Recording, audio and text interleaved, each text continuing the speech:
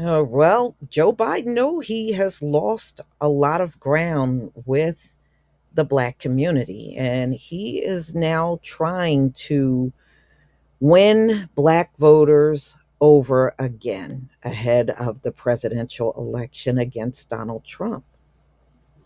Well, y'all, he's doing the same thing he's done before. He's doing this without making a single offer to do anything for the black community like he has done for others.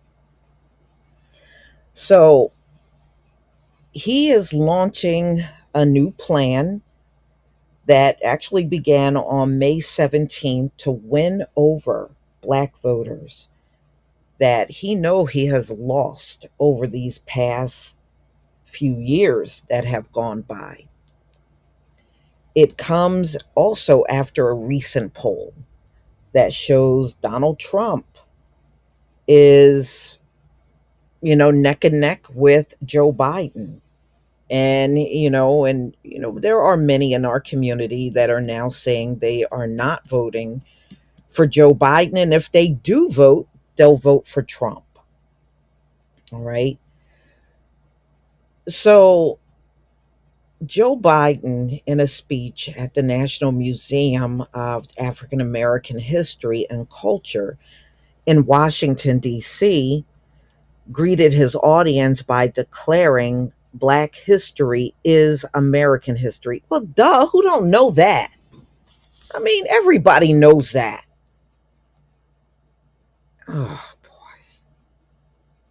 he went on to slam Donald Trump, calling him extreme, and claim that his allies were trying to erase history. No, actually, Joe Biden, all the erasing of history is happening on your watch. And y'all are not saying or doing anything about it either. What you do, send Kamala to Florida to run her mouth a bit about it, but y'all ain't really doing nothing. And this is happening on Joe Biden's watch, not on Donald Trump's watch. So he continues an outreach to black voters amid slipping support. My predecessor and his extreme MAGA friends are now going after diversity, equity, and inclusion all across America, said the incumbent. So, he goes on and talks about Donald Trump's slogan, Make America Great Again, adding they want a country for some, but not for all. Yeah, but it's that way under Biden, too. I mean, look, the whole dynamics of the country never change. It's always a racist nation. It doesn't matter what president is in office.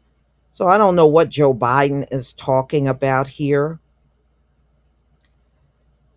So, ladies and gentlemen, speech and meetings were part of a series of events which took place over a week, marking the 70th anniversary of the U.S. Supreme Court ruling that ended racial segregation in schools. However, there are also, um, he is going to use, I guess, a lot of this stuff of the past and how we've come a long way. And, I get sick of hearing that because no matter how much of a long way America has come, it's still a racist nation.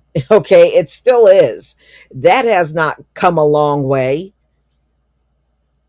So on Sunday, May 19th, Biden is also scheduled to address graduating students of Morehouse. And yeah, and a lot of those students did not want Joe Biden there. They didn't want him to come and do that commencement speech. I have seen all of that in the news.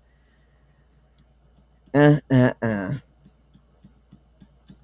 So every week, it seems like when they do a poll or a survey, Joe Biden is losing more and more support, especially among the young black voters who are, they are a big part of the voting bloc. But Joe Biden, when you look at how he's campaigning out here, he's not really going above and beyond to connect with young people. He's not. He is doing what we have seen other presidents do. They try to go in a space where they feel most of the people in that space will like him. You know, just like that stage Chick-fil-A thing Donald Trump had. You know, it would be nice if they just dealt with these things more spontaneous and not planned. But I guess everybody's afraid to face a crowd of different opinion out here. Maybe that's what it is. I don't know. Okay, so on the other hand, Trump, according to the same poll, has won 20% of the black vote. I'm not sure if it's that high. I'm just saying, I'm not sure. I'm not 100% convinced that it's that high, which indicates that he has found a way to garner support from voters who have overwhelmingly voted for Democrats year after year. Yes, but here's the problem: Donald Trump is not offering anything. Joe Biden is not offering anything either. You know, I can see if he got 20% or even more because he was offering something, but nobody is on either side. I'm just saying. It's also worth noting that with 20% backing, the former president has the highest level of black support for any Republican presidential candidate since the enactment of the Civil Rights Act of 1964. Well, maybe so, but Donald Trump is not offering nothing. And I'm sorry, you can't lose sight on that. I mean, yeah, maybe you still want to vote regardless to whether he's offering something to the community or not. But in my opinion, that should make a difference.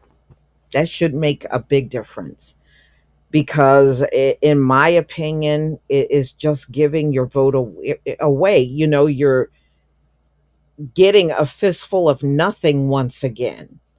And you're propping up these guys and throwing their old decrepit asses up in office, and they're doing nothing for the black community at the end of the day. You're going to have to tell me what you think about Joe Biden is on this attempt to win over black voters that he has lost. Personally, I could care less about Joe Biden, and I don't care about Trump either. I think, I know I've said this before, but I think you got two terrible candidates running. And America, two old men is the best that America can do as far as presidential candidates. It says a lot. Please leave your comment and subscribe. Don't forget to hit on the notification bell, and I'll see you on the next video. Peace, family.